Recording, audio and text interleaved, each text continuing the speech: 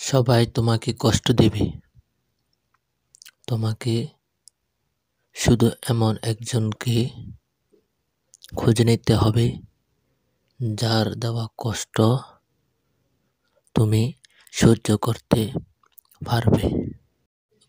বাঁচিয়ে দেবার প্রবণতা প্রকৃতির ভেতর আছে।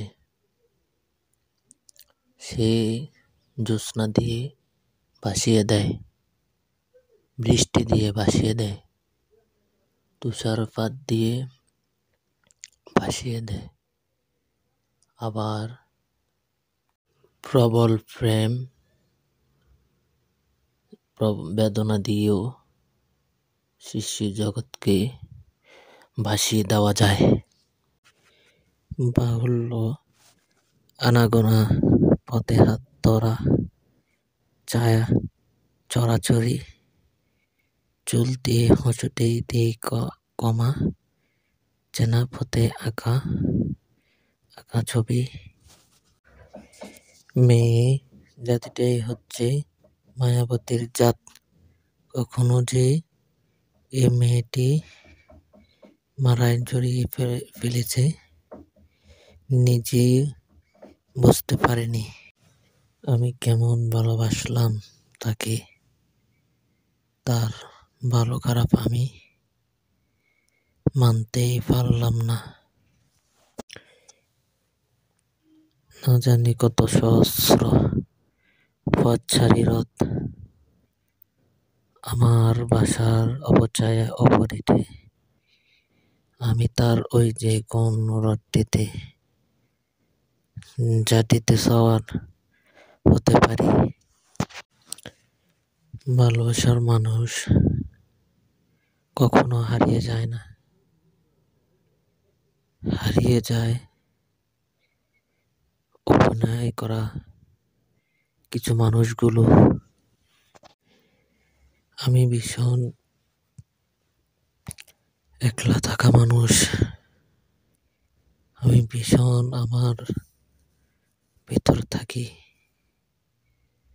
যত্ন করে খুব খেয়ালে রোজ আমি তাকে আমার ভিতর রাখি। আমি ভীষণ স্মৃতির খেরপাতা, মলটা জুড়ে হাজার আঁকিঝুঁকি। আমি ভীষণ একলা থাকা মানুষ। আমি তাকে আমার ভিতরে আগলে রাখি। তার জন্য কেঁদে তোমার চোখ জল দেখে সেও কেঁদে ফেলে। কিন্তু এমন কারোর জন্য কেঁদো না যে তোমার চোখের জল দেখে উপহাস করে। না জানি কত সহস্র নামী বেনামা পথ আমার বাসার ঠিকানা জানে না। আমি তার যে কোনো একটিতে সাহসা হারিয়ে যেতে পারি। কিছু মানুষের কষ্ট চোখ দিয়ে ঝরে, কিছু মানুষের কষ্ট মেজাজ দিয়ে প্রকাশ করে, কিছু মানুষের কষ্ট হৃদয়ের মাঝে শুকিয়ে মরে। তবে কষ্টকে প্রকাশ করতে পারে না। যারা কষ্ট প্রকাশ করতে পারে না, তারাই জীবনের সবচেয়ে বেশি কষ্ট করে। পৃথিবীতে অনেক ধরনের অত্যাচার আছে। ভালোবাসার অত্যাচার হচ্ছে এই অত্যাচারের বিরুদ্ধে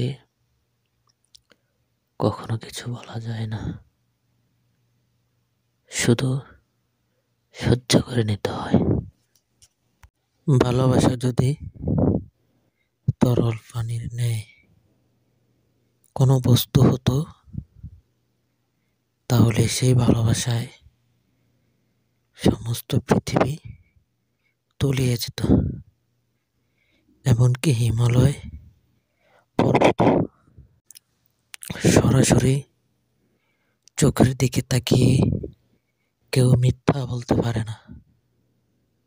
মিথ্যা বলতে হয় অন্যদিকে তাকিয়ে। পৃথিবীর মানুষ বড়ই স্বার্থপর,